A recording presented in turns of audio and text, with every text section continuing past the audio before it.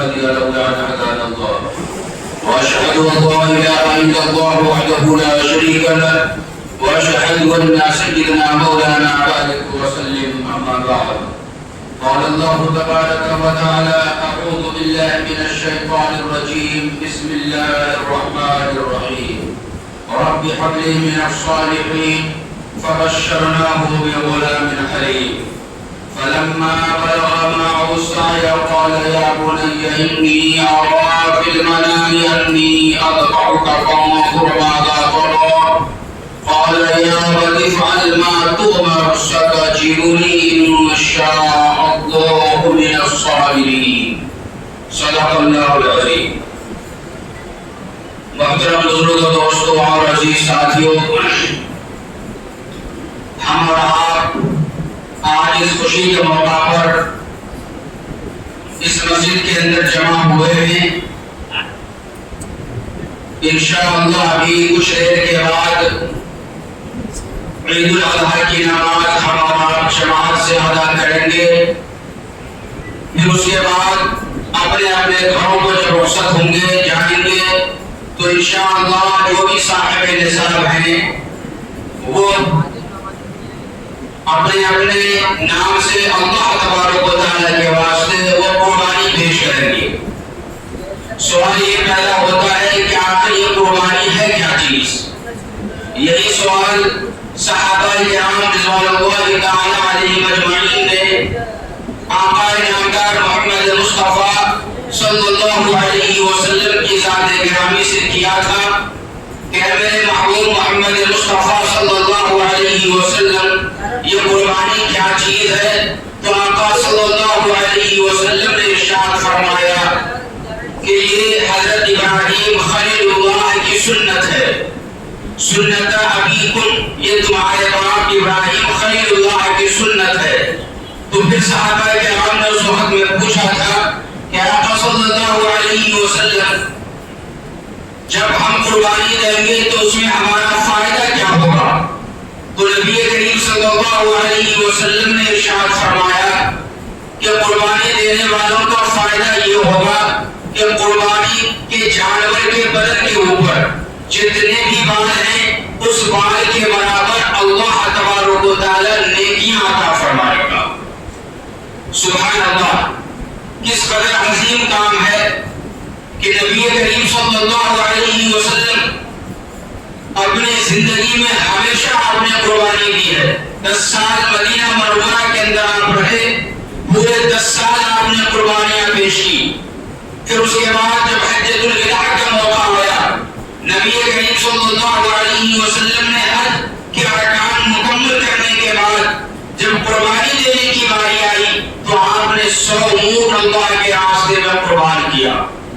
اس میں سے 63 اونٹ 63 اونٹ آپ نے خود اپنے ہاتھوں سے ذبح کیا اور ما بقیہ اونٹ حضرت علی کرم اللہ وجہ کو آپ نے حکم دیا کہ وہ ذبح کرے. تو یہ بتلانے کا مقصد یہ ہے کہ قربانی اتنا بہترین کام ہے کہ خود نبی کریم صلی اللہ علیہ وسلم ہر سال اس کام کو کیا کرتے تھے. اور پھر اللہ تبارک و تعالیٰ نے ارشاد فرمایا، آقا نامدار محمد مصطفیٰ صلی اللہ علیہ وسلم یہ ارشاد فرماتے ہیں کہ عید الاضحیٰ کے دن تمام عبادتوں میں اللہ تبارک و تعالیٰ کو قربانی کرنے سے بہتر کوئی بھی عبادت ان کے نزدیک نہیں ہے کہ جب ایک انسان اپنے لائے ہوئے جانور، خریدے ہوئے جانور کو زمین کے اوپر وہ پڑھتا ہے اور اس کے گلے پہ چھری رکھتا ہے، یوں چلاتا ہے، خون کا قطرہ ابھی زمین کو ٹچ بھی نہیں کیا ہوتا ہے، اس سے پہلے ہی اللہ تبارک و تعالیٰ اس بندے کی قربانی کو قبول فرما لیتا ہے. اتنا زیادہ پسندیدہ عمل اللہ تبارک و تعالیٰ کو. اس واسطے میں دوستو ہمیں یہ چاہیے کہ اگر کوئی شخص صاحب نصاب ہونے کے باوجود اگر وہ ششبج کے اندر مبتلا ہے کہ کروں یا نہ کروں، کروں یا نہ کروں، کہیں پیسہ نہ نعوذ باللہ برباد ہو جائے، تو یاد رکھیے کہ وہ اپنے آپ کو گھاٹے اور نقصان کے اندر رکھنا چاہ رہا ہے. اگر ہمیں چاہیے کہ ہم آخرت کے اندر اللہ تبارک و تعالیٰ ہمارے اور آپ کے درجات کو بلند کرے تو ایسی صورت میں ہمیں قربانی کے تعلق سے سوچنا ہے اور ادا کرنا ہے. کیونکہ ہم نے یہ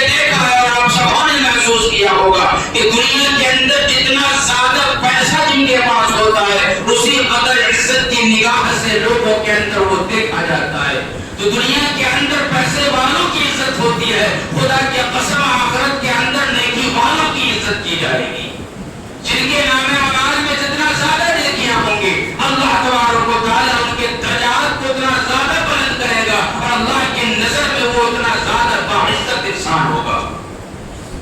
اس لیے آج کے دن قربانی سے بڑا کوئی عمل نہیں ہے, لہذا ہمیں چاہیے کہ ہم قربانی کریں اور ہر جانور اور قربانی کے جانور کے بدن کے اوپر جتنے بال ہیں اس بال کے برابر ہم نیکیاں لیں. تو جب صحابہ کرام نے پوچھا کہ یہ قربانی کیا چیز ہے تو نبی کریم صلی اللہ علیہ وسلم نے ارشاد فرمایا کہ تمہارے باپ حضرت ابراہیم علیہ السلام کی سنت ہے. تو میرے دوستو یہاں سوال پیدا ہوتا ہے کہ سنت کیا ہے, کس طریقہ پر یہ سنت بن گئی. تو قرآن کریم نے اس واقعہ کا ذکر فرمایا سورہ صافات آیت نمبر 100 کے اندر بیان فرمایا گیا. اللہ تبارک و تعالیٰ کا ارشاد گرامی ہے کہ جب حضرت ابراہیم علیہ السلام کی عمر تقریباً 90 سال کے قریب ہو گئی, لیکن اللہ سے وہ لگائے ہوئے ہیں, اللہ تبارک و تعالیٰ سے وہ منتیں مانگ رہے ہیں, دعائیں کر رہے ہیں, رب هب لي من الصالحین, کہ اللہ مجھے نیک صالح اولاد عطا فرما دے. 90 سال کی عمر میں آپ نے تمنا نہیں چھوڑی, مانگا ہے تو اللہ تبارک و تعالیٰ سے مانگا ہے. حضرت ابراہیم خلیل اللہ قیامت تک آنے والے انسانوں کو اپنے اس عمل کے ذریعے سے سبق دے رہے ہیں کہ او دنیا کے انسانوں, یاد رکھو تمہیں کچھ مانگنا ہے تو ڈائریکٹ اللہ کی ذات سے مانگو. میں خلیل اللہ ہوں, اللہ نے میرے سے بات کرنے کی کہ اللہ تبارک و تعالیٰ سے میری بات کہتے کہ اللہ تبارک و تعالیٰ نے مجھے اپنا دوست بنایا ہے, اور دوست ہونے کی وجہ سے میں نے خود ڈائریکٹ اللہ تبارک و تعالیٰ سے مانگا ہے, تو اللہ تبارک و تعالیٰ نے میری دعا کو قبول فرمایا ہے. لہذا آج جو لوگ اپنی اولاد کے نہ ہونے کی وجہ سے نا امیدی چہرے کے اوپر لٹکائے ہوئے ہیں, انہیں نا امید ہونے کی ضرورت نہیں ہے. حضرت ابراہیم خلیل اللہ کے اس طریقے کو لوگوں کو اپنانا چاہیے اور ہر وقت اپنی دعاؤں میں اللہ تبارک و تعالیٰ سے نیک صالح اولاد کی تمنا اور دعا کرنی چاہیے. یاد رکھیے جس طریقہ پر اللہ نے حضرت ابراہیم خلیل اللہ کی دعا کو قبول فرمایا, انشاءاللہ آپ کی دعا کو بھی اللہ وہی اللہ قبول فرمائے گا اور آپ کو بھی اولاد کی نعمت سے نوازے گا.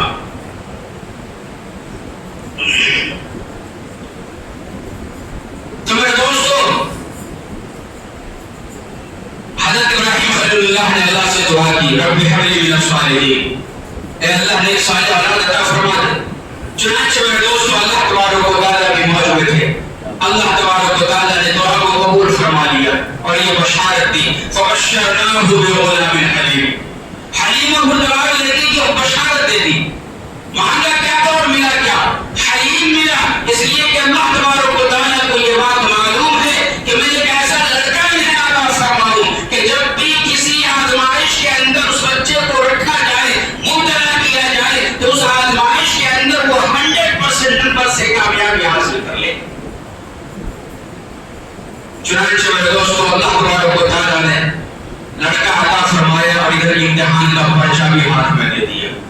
کہا کہ ابراہیم لو اس پرچے کو حل کرو. بہت ہی کٹھن اور مشکل پرچے تھے, ہر ایک سوال کا جواب حضرت ابراہیم علیہ السلام نے دیا اور 100% نمبر سے آپ نے کامیابی حاصل کی.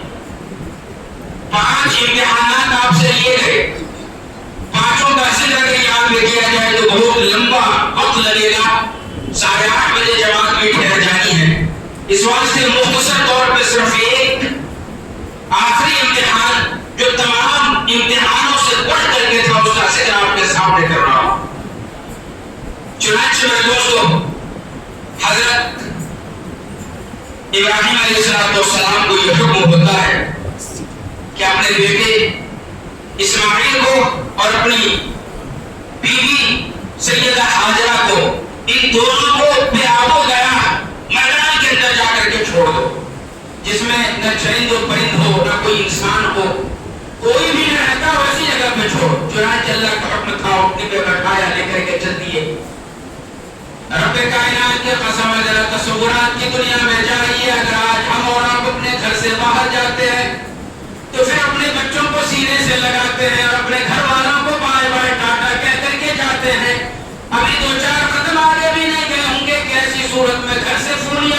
فون کرتے ہیں کہ بیگم کیسی ہو، کیا حال ہے، کسی چیز کی ضرورت تو نہیں. لیکن تصورات کی دنیا میں جائیے کہ حضرت ابراہیم خلیل اللہ نے ایک ایسے میدان کے اندر چھوڑ دیا جہاں کوئی انسان تو دور کی بات، چرند و پرند بھی نہیں، کھانے پینے کا انتظام نہیں.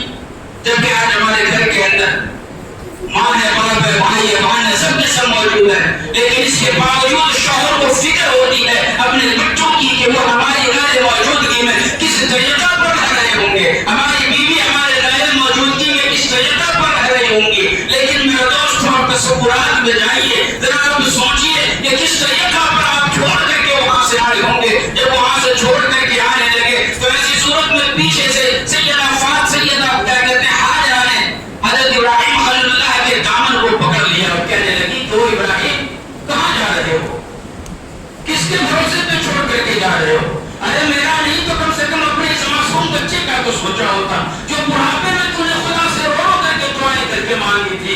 اس بچے کا کیا بنے گا؟ اس کے لیے میں کھانے کا انتظام کہاں سے کروں گی، پینے کا انتظام کہاں سے کروں گی؟ کم سے کم میرا نہیں تو اس بچے کے بارے میں سوچو. لیکن میرا دوست ابراہیم خلیل اللہ کے چہرے کے اوپر ذرا برابر گھبراہٹ نہیں تھی، بالکل آرام و سکون تھا. کچھ جواب نہیں دیے، آگے نکلنے لگے تو پھر سے سیدہ ہاجرہ نے پوچھا کہ وہ میرے خلیل کیا کہیے، اللہ تبارک و تعالیٰ کا حکم تو نہیں ہے. لیکن ابراہیم خلیل اللہ کہنے لگے کہ ہاں یہ اللہ کا ہی حکم ہے جس کی وجہ سے میں آپ اس طریقہ پر میں خاموش ہوں. چنانچہ جو اللہ کا نام آیا تو ایسی صورت میں سیدہ ہاجرہ نے ابراہیم خلیل اللہ کے دامن کو چھوڑ دیا اور چھوڑنے کے بعد یہ کہا کہ یاد رکھیے جو اللہ آپ کو کیا کہتے ہیں نمرود کے آگ کے اندر 7 دن تک زندہ رکھ سکتا ہے، اس اللہ کے اوپر میرا پورا بھروسہ اور اعتقاد ہے کہ اس دشمن کے میدان کے اندر بھی وہ ہمیں اور ہمارے بچے کو بھی زندہ رکھے گا.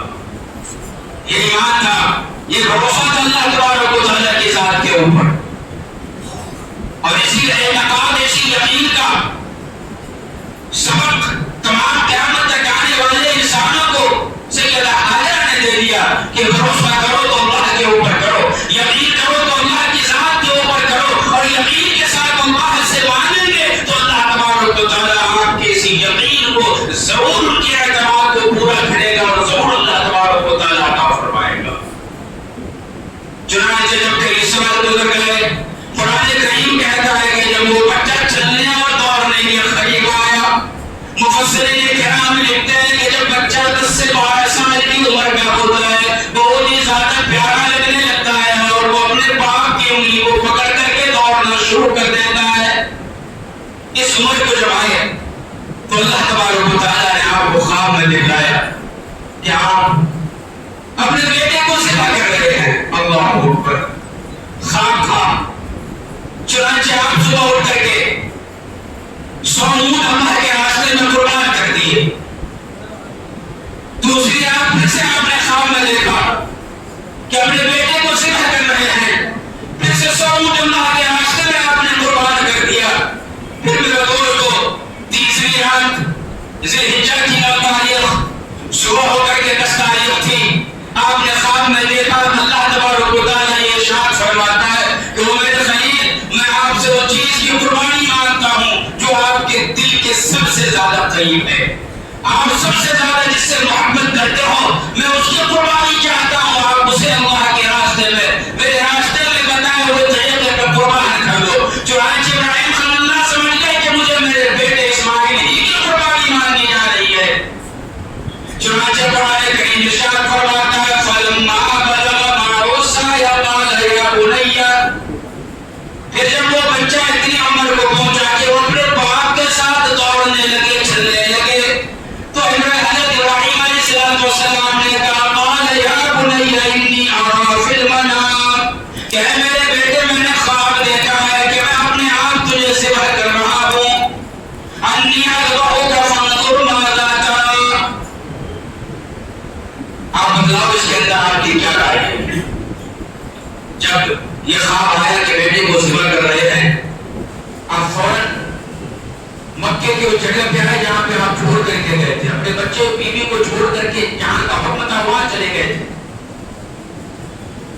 10-12 سال کے بعد بیٹے اور بیوی کی ملاقات ہونی ہے، لیکن ہونے کا انداز بھی ایسا ہے کہ اللہ کا حکم ہے ہے کہ پیار نہیں کرنا، جاؤ اپنے بیٹے کو جا کر کے اللہ کے حکم کے مطابق ذبح کر دو۔ اللہ اکبر میرے دوستو، اپنے گھر پہنچے، بیوی کو سلام کیا، بچے سے سلام کیا اور کہا بیوی سے کہ میں اپنے بیٹے اسماعیل کو میں اپنے سب سے بڑے دوست کے پاس ملانے کے لیے لے کر کے جا رہا ہوں، بہت ہی مرتبہ ہے میرے اس دوست کا، میرے اس بیٹے کو نہلا دو، عمدہ اچھا کپڑا پہنا دو، اتنا خوشبو اگر محض ہو تو وہ بھی لگا دو۔ اما جان سیدہ حاجرہ رضی اللہ تعالیٰ عنہ بڑے دوست سے ملانے کے لیے اور ملنے کے لیے میرا بیٹا جانے والا ہے، کپڑے کے اوپر نہ ہو تھپا نہ ہو، میرے کپڑے میرے بچے کے کپڑا پرانا نہ ہو، وہ اچھے دور میں چمکتا ہوا چہرہ ہو، چمکتا ہوا کپڑا ہو، چنانچہ پہنا دیا گیا اور بغل میں حضرت ابراہیم خلیل اللہ نے چھری اور رسی کو یوں دبا دیا اور لے کر کے اپنے بیٹے کی انگلی کو پکڑا اور پکڑ کر کے چلنے لگے۔ میرے دوستوں شیطان سے رہا نہ گیا، شیطان بوڑھے آدمی کی شکل میں ہاتھ میں لاٹھی اور تسبیح لے کر کے اور جبہ پہن کر کے وائٹ کلر کا آیا اور اماں جان کے پاس گیا اور کہا کہ اماں جان یہ بدلاؤ، ابراہیم اپنے بیٹے اسماعیل کو لے کر کے کہاں گئے ہیں؟ تو ماں کہنے لگی کہ وہ یہ کہہ رہے تھے کہ میں اپنے بہت بڑے دوست کے پاس ملانے کے لیے لے کر کے جا رہا ہوں۔ شیطان یہ کہنے لگا کہ نہیں ابراہیم آپ سے کچھ چھپا رہے ہیں۔ اماں جان سیدہ حاجرہ کہتی ہے کہ میرا شوہر ہے وہ میرے سے کیا چھپائیں گے؟ کہنے لگے کہ نہیں وہ آپ کے بیٹے اسماعیل کو ذبح کرنے کے لیے لے جا رہے ہیں۔ اماں کہتی ہیں کہ کوئی بھی باپ اپنے بیٹے کو کیوں ذبح کرے گا جبکہ بڑھاپے میں اللہ سے رو رو کر کے مانگا تھا۔ شیطان کہتا ہے کہ نہیں وہ مجبور ہے۔ اماں جان کہتی ہے کہ کاہے کی مجبوری ہے؟ تو شیطان جھوٹ کیا کہتے ہیں سچ بولنے کے اوپر مجبور ہو گیا۔ میرے دوستو شیطان بھی کبھی کبھی سچ بولنے پہ مجبور ہوتا ہے، لیکن ہم اور آپ مسلمان ہیں کہ قبر کے اندر پاؤں لٹکا ہوا ہے، جھوٹ چھوڑنے کو تیار نہیں اور سچ بولنے کو راضی نہیں۔ شیطان یہ کہتا ہے کہ ان کا یہ کہنا ہے کہ اللہ نے انہیں اسماعیل کو ذبح کرنے کا حکم دیا ہے۔ جب یہ ذبح کی بات آئی تو سیدہ حاجرہ کی آنکھوں میں آنسو جاری ہو گئے، رونے لگ گئی۔ شیطان نے کہا کہ چلو میرا کام بن جائے گا۔ شیطان کہتا ہے کہ رو مت، رونا دھونا چھوڑو، میرے پیچھے آؤ، مجھے پتا ہے کہاں گیا ہے، میرے پیچھے چلو جا کر کے وہاں پہ رونا دھونا اور اسماعیل کو ان کے قبضے سے چھڑا کر کے لے آنا۔ میرے دوستو حضرت حاجرہ طرف کر کے کہتی ہے کہ اور معلوم تو یہاں سے دفع ہو جائے ایک اسماعیل کا، اگر اللہ کا حکم ہے تو ایسی صورت میں اگر درجنوں اسماعیل ہو تو اللہ کے حکم میں تمام اسماعیل کو ذبح ہونے کو اور کرنے کو تیار ہوں۔ حضرت سیدہ حاجرہ نیچے جھکی ہیں، 7 کنکریاں لی ہیں اور لینے کے بعد شیطان کے اوپر یوں اس طریقہ پر مارا ہے۔ شیطان وہاں سے دفع ہو گیا، بھاگ گیا، لیکن شیطان تو شیطان تھا، کس طریقہ پر یہ نیک کام کو کرنے دیتے۔ چنانچہ وہ چھوٹے بچے اسماعیل کے پاس گئے کہ بیٹا کہاں جا رہے ہو؟ ان سے کہیں گے ہو سکتا ہے یہ مان جائے۔ تو اسماعیل کہنے لگے کہ میرے والد میرے اپنے وہ دوست بہت ہی بڑی دوست ان کے پاس ملانے کے ملاقات کے لیے لے کر کے جا رہے ہیں۔ شیطان کہنے لگا کہ نہیں یہ غلط ہے، بلکہ تمہیں ذبح کرنے کے لیے لے جا رہے ہیں۔ اسماعیل علیہ السلام نے بھی کہا کہ کوئی برا باپ اپنے بیٹے کو کیوں ذبح کرے گا؟ تو شیطان کہنے لگا کہ نہیں اللہ کا حکم ہے کہ ذبح کرو۔ تو حضرت اسماعیل علیہ السلام نیچے جھکے 7 کنکریاں اپنے ہاتھ میں لی اور اس کے بعد شیطان کو یوں مارتے ہوئے کہا کہ وہ کمبخت یہاں سے دفع ہو جا، جب اللہ نے میری قربانی مانگی ہے تو ایک جان کا ہزاروں جان اللہ کے راستے میں قربان ہے۔ لیکن شیطان پھر بھی نہیں ہارا، پھر بھی پیچھے نہیں ہٹا۔ اب ابراہیم خلیل اللہ کے پاس پہنچے اور کہنے لگے دو بڑے میاں ذرا سوچو، بچے کو ذبح کرنا کوئی عقل مندی نہیں ہے، نعوذ باللہ، 100 اونٹ اور قربان کر دو، بچے کو چھوڑ دو، یہ بچہ تمہارے بڑھاپے کی لاٹھی ہے، تم نے رو رو کر کے اللہ سے مانگا تھا۔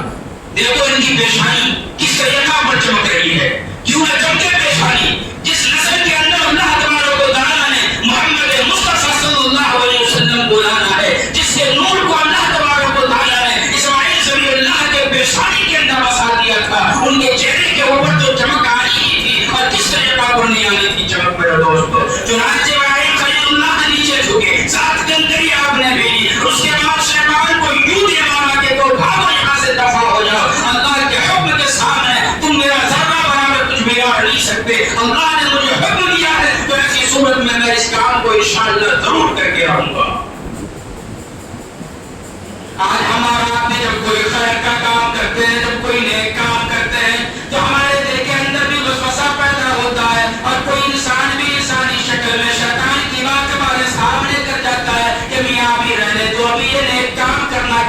ابھی تو عمر کافی زیادہ پڑی ہوئی ہے، تمہیں تو ایسی صورت پہ ابھی فلاں فلاں کرنا ہے، آخر عمر میں یہ نیک کام کر لینا۔ وسائل انسان کی شکل میں شیطان آ کر کے دے کر کے چلا جاتا ہے اور ہمارا آپ اسی کے اندر مست ہو کر کے ان نیک کام کو چھوڑ دیتے ہیں۔ جب اس طرح کی بات آئے لا حول ولا قوت الا باللہ پڑھ لیجیے، اللہ تبارک و تعالی پانی کی طرح اس خیال کو آپ کے دل سے نکال دے گا اور نیک خیال آپ کے دل میں انشاءاللہ پیدا فرمائے گا۔ میرے دوستو، اب جب اس جگہ پہ پہنچے جہاں پہ سوا کرنا اور ہونا ہے تو آپ نے یہ خواب حضرت اسماعیل کو سنایا کہ میں اپنے بیٹے سے مشورہ لوں کہ آخر ان کا ان کے بارے میں خیال کیا ہے۔ ہمیں تو سوا کرنا اللہ کا حکم ہے، لیکن میں اپنے بیٹے سے تو کم سے کم ایک بار پوچھ لوں، ان کی دل کی بات جان لوں کہ ان کی رائے کیا ہے اس بارے میں۔ قرآن کریم نے اس باپ اور بیٹے کی گفتگو کو قرآن کریم میں ریکارڈ فرما دیا سورہ صافات میں آیت نمبر 102 کے اندر بیان فرمایا گیا، قال یا بنی انی ارى فی المنام انی اذبحک فانظر ماذا ترى۔ اے بیٹے، میں نے رات خواب میں دیکھا ہے کہ میں تجھے ذبح کر رہا ہوں، اس کے بارے میں تمہاری کیا رائے ہے؟ حضرت بولا کہ پھر سر آج میں نے خواب دیکھا ہے، کتاب زندگی کا ایک نرالا باب دیکھا ہے، یہ دیکھا ہے کہ میں اپنے آپ تجھ کو ذبح کرتا ہوں، خدا کے نام پہ تیرے لہو سے ہاتھ رکھتا ہوں، بتاؤ تمہاری کیا رائے ہے؟ قرآن کریم کے اندر ریکارڈ کیا گیا، بیان فرمایا گیا، قال یا ابت افعل ما تؤمر ستجدنی ان شاء اللہ من الصابرین۔ کہ ابا جان، آپ کو جو حکم ہوا ہے وہ کر گزریے، اور رہی میری بات تو انشاءاللہ مجھے صبر کرنے والوں میں پاؤ گے۔ آپ کو جو حکم دیا گیا آپ اسے کر گزریے۔ اسی لیے اللہ نے حلیم التوا لڑکا عطا فرمایا تھا۔ اگر آج اپنے بیٹے کو اگر کوئی پلٹ کر کے جواب اگر دے تو اگر اسے ایک چانٹا اگر رسید کرتا ہے تو بیٹے کی بھی آواز اونچی ہو جاتی ہے، ماں بھی سامنے سے آ جاتی ہے کہ آپ نے میرے بیٹے کے اوپر ہاتھ کس طرح پر اٹھایا۔ یہاں معاملہ تو چھری کے نیچے اپنے گلے کو رکھنے کا تھا۔ حلیم ہے جبھی تو برداشت کریں گے، چنانچہ آپ نے پلٹ کر کے یہ جواب نہ دیا کہ آپ یہ کیا کر رہے ہو، میری جان کیوں لے رہے ہو؟ آپ نے کہا کہ جو آپ کو حکم ملا ہے وہ کر گزریے، انشاءاللہ مجھے صبر کرنے والوں میں پائیں گے۔ میرے دوستو، لیکن کہا کہ آپ میری کچھ تجویز ہے اسے آپ قبول فرما لیجیے۔ ابا جان، آپ مجھے آن دن لٹائیے کہ جب آپ ذبح کریں گے چہرہ میرا بگڑے گا، تو ایسی صورت میں ہو سکتا ہے کہ باپ کی محبت بیٹے کے دل میں اللہ کی محبت کی جگہ پلٹ ہو جائے اور آپ امتحان کے اندر فیل ہو جاؤ۔ اپنی آنکھوں کے اوپر پٹی باندھ لینا، ہمارے ہاتھ اور پاؤں کو رسی سے جکڑ دینا کہ ذبح کے وقت میں جب مجھے تکلیف پہنچے گی اور میں ہاتھ اور پاؤں کو جب یوں دیکھوں گا تو ہو سکتا ہے کہ ہاتھ اور پاؤں ابا جان آپ کو لگ جائے، اور میں یہ نہیں چاہتا کہ آپ ہمارا ہاتھ اور پاؤں آپ کو لگے اور بے ادبی ہو جائے۔ اللہ کی قسم کیسی فرما برداری اللہ تبارک و تعالیٰ نے اسماعیل علیہ السلام کے اندر پیدا فرما دیا تھا۔ یہ تمام تجویزیں آپ نے بیان کر دی، بتائے ہر طریقے کے اوپر حضرت ابراہیم خلیل اللہ نے اپنی آنکھوں پہ پٹی باندھ لی، بیٹے کے ہاتھ اور پاؤں کو باندھ دیا، زمین کے اوپر سے کیا کہتے ہیں چہرے کے بل نیچے جو ہے لگا دیا، اس کے بعد چھری کو آپ نے تیز کری اور کرنے کے بعد گلے کے اوپر آپ نے رکھ دیا، چلا رہے چھری کو، لیکن اللہ تبارک و تعالیٰ نے چھری کو حکم دے دیا کہ چھری خبردار، اگر تمہیں چلنا تو ہے لیکن کاٹنا نہیں ہے، اگر تم کاٹیں گے تو یاد رکھو جہنم میں تمہیں جلنا پڑے گا۔ حضرت اسماعیل سمیع اللہ فلما اسلم ووهب للجبین، اگر تم دونوں مطمئن ہو گئے اور اس نے اپنے بیٹے کو پیشانی کے بل زمین کے اوپر لٹا دیا، چھری کو چلا رہے ہیں لیکن چل نہیں رہی ہے۔ حضرت اسماعیل سمیع اللہ کہنے لگے کہ ابا جان، ایسا معلوم ہوتا ہے کہ ہم نے جو تجویز اختیار کی ہے باندھنے بندھانے کی، یہ اللہ تبارک و تعالیٰ کو پسند نہیں ہے، لہذا آپ میرے ہاتھوں پاؤں کو کھول دیجیے، اپنے ہاتھوں کی پٹی بھی کھول لیجیے اور میرے چہرے کو آسمان کی طرف کر دیجیے۔ شاید اللہ تبارک و تعالیٰ یہ چاہتا ہے کہ باپ بیٹے کی نظر بھی ملے اور چھری بھی چلے۔ اللہ اکبر، اس طریقہ پر بیان کر رہے ہیں، چنانچہ پٹیاں کھول دی گئی، ہاتھ پاؤں کی رسیاں بھی کھول دی گئی اور چھری کو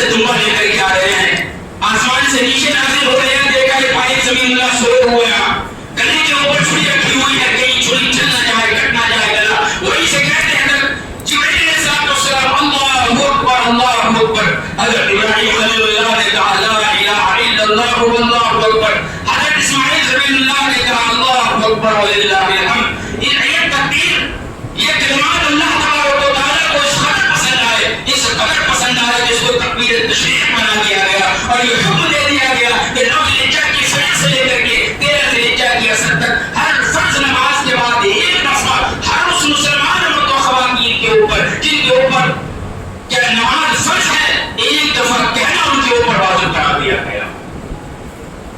تو حضرت اسماعیل کی جگہ دمبے کی قربانی پیش کی گئی اور یہ کہا گیا کہ جو صاحب نصاب عید الاضحیٰ کے دن اللہ کے نام پہ قربانی پیش کرے گا ان کو وہی ثواب ملے گا جو ثواب اللہ تبارک و تعالیٰ نے حضرت ابراہیم علیہ السلام کو دمبا کے ذبح کرنے میں دیا تھا۔ سبحان اللہ۔ تو میرے دوستو، جب آپ چاہیں یہاں سے قربانی ضرور پیش کریں، کوئی اگر شش و پنج کے اندر مبتلا ہے تو وہ ان چیزوں کو چھوڑیں، سال ہر ایک بار یہ موقع آتا ہے، ہر بار کے بدلے اللہ آپ کو جو ثواب عطا فرمانے والے ہیں، لہذا ہمیں چاہیے کہ ہم قربانی کو صحیح طور پہ دل کی خوشنودی کے ساتھ ہم کریں۔ جب آپ کچھ لوگ ایسے ہیں جس کو اللہ تبارک و تعالیٰ نے صاحب نصاب بنایا ہے لیکن وہ قربانی صحیح طور پہ کر نہیں پاتے، ایک حصہ لیتے ہیں اور سوچتے ہیں کہ سبوں کی طرف سے ہو جائے گا، نہیں، جتنے بھی صاحب نصاب گھر کے اندر ہیں سب کے اوپر قربانی واجب ہے۔ اور عورتیں جس کے پاس سونا اور چاندی نصاب سے زیادہ ہوا کرتا ہے انہیں بھی چاہیے کہ وہ دیں۔ عام طور پہ گھر کے اندر بالی لگا لیتے ہیں کہ یہ سال باپ کی طرف سے، یہ سال بیوی کی طرف سے، اس کے بعد بیٹے کی طرف سے، اس کے بعد پھر بچی کی طرف سے، جب یہ سب کے سب صاحب نصاب ہے، سب ایک ہی بار قربانی کئی حصہ لے کر کے دے سکتے ہیں اور کئی بکرا دے سکتے ہیں، لیکن باری لگی ہوئی ہے۔ یاد رکھیے جن کی طرف سے دیا جا رہا ہے ان کو تو ان کی قربانی تو ہو جائے گی، لیکن جن کی طرف سے نہیں دیا گیا ان کے بارے میں اللہ تبارک و تعالیٰ میرے دوست کو پوچھے گا۔ لہذا اللہ سے ہماری یہ دعا ہے کہ اللہ تبارک و تعالیٰ ہم سبوں کو قربانی کی توفیق عطا فرمائے، اور جہاں بھی قربانی کا انتظام ہے اجتماعی طور پر ہو یا انفرادی طور پہ، بغیر کسی تکلیف اور بغیر کسی پریشانی کے اللہ تبارک و تعالیٰ قربانی کرنے کی ہم سبوں کو توفیق عطا فرمائے، آمین۔ وآخر دعوانا الحمدللہ رب العالمین۔